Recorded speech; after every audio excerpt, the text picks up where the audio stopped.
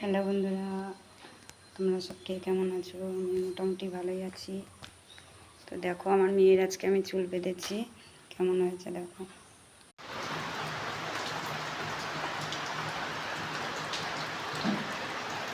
হ্যাঁ, খাবিস না।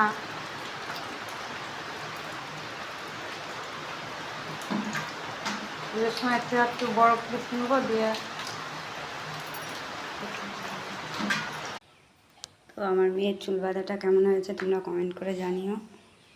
প্র্যাকটিস করছিলাম, মেয়ে বললো মা একটু চুলটা বেঁধে দাও, পুজোর সময় চুল বেঁধে দেবা। তার জন্য প্রত্যেক দিন এটুক এটুক করে নানা রকম করে চুল বেঁধে দেবা, তাহলে প্র্যাকটিসও হয়ে যাবে, পুজোর সময় তো আমার চুলটা বেঁধে দিতে পারবা।